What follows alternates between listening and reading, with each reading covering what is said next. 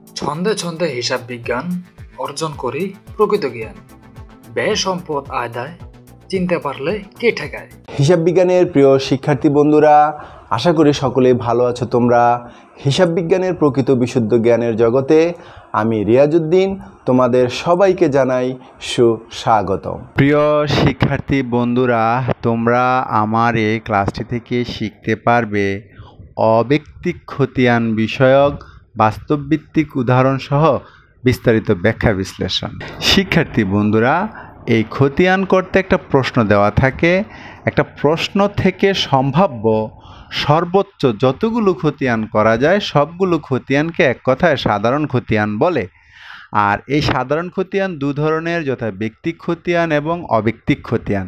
আজকে আমাদের আলোচ্য বিষয় হলো এই অব্যক্তিক খতিয়ান।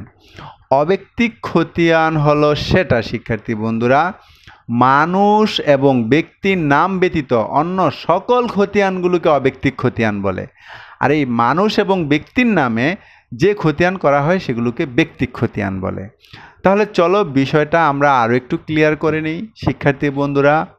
আমি বারবার বলেছি আমার খতিয়ানের ক্লাসগুলোতে যে খতিয়ান করতে সর্বপ্রথম যে প্রশ্নটা থাকবে সেখান থেকে আমাদের জাবেদা করতে হবে। এই যে ধরি এটা একটা খতিয়ান করার জন্য দেওয়া প্রশ্ন, এখানে বলেছে খতিয়ান করতে আর আমরা জাবেদা করলাম। তো শিক্ষার্থী বন্ধুরা, দ্বিতীয় কাজ হচ্ছে এই যে আমরা জাবেদা করলাম, সেই জাবেদায় মোট কয়টা হিসাব খাত আছে সেটা বের করা। তো এই জাবেদা থেকে শিক্ষার্থী বন্ধুরা আমরা মোট 9টা হিসাব খাত পাই। কিভাবে জাবেদা থেকে এই হিসাব খাতগুলো বের করতে হয় এই নিয়ে আমার খতিয়ানের প্লেলিস্টে ক্লাস দেওয়া আছে, তোমরা সেই ক্লাসগুলো দেখো, আশা করি খুব ভালোভাবে বুঝে যাবে।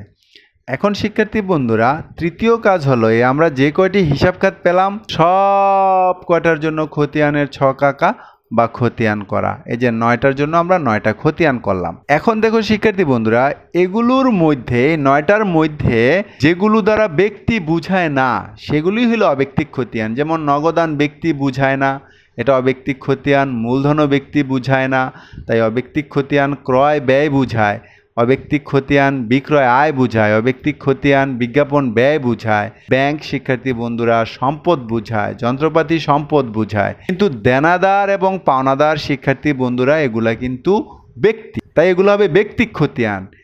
এই দুইটা বাদে বাকি যেই 7টা আছে এগুলো দিয়ে ব্যক্তি বুঝায় না, তাই এই 7টাই হলো শিক্ষার্থী বন্ধুরা অব্যক্তিক খতিয়ান। তার মানে আমরা বলতে পারি যে ব্যক্তি নয় এমন পক্ষগুলোর জন্য যখন খতিয়ান প্রস্তুত করা হয় সেগুলো হলো শিক্ষার্থী বন্ধুরা অব্যক্তিক খতিয়ান। আবার একটু অন্যভাবে বললে বলা যায় যে পাওনাদার এবং দেনাদার ব্যতীত অন্যান্য যত সম্পদ, দায়, আয় এবং ব্যয়ের জন্য যে খতিয়ান করা হয় সেগুলো হলো শিক্ষার্থী বন্ধুরা অব্যক্তিক খতিয়ান।